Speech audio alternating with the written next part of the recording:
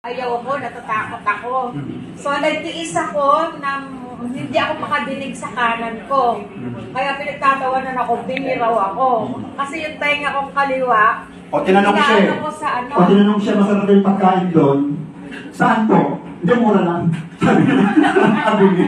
Talaga po, nung gabi nung umatend ako ng last Wednesday, pinahiran po ako noon, 8 o'clock. Hindi po na agad nag-take effect.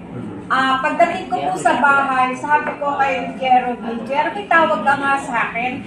Alam niyo, nung pagtawag niya, tinakpan ko yung kaliwa kong tainga.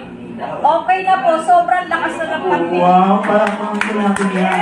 Ito po ang resulta ng ng mga lahat po ng hearing aid, pinuntahan ko, pati doktor, sa San Pedro Hospital, sa Divine Mercy, at saka sa Calamba, Laguna. Ang hearing aid po na pinuntahan ko, Calamba, SM, at saka Philinvest. Wala pong nangyari.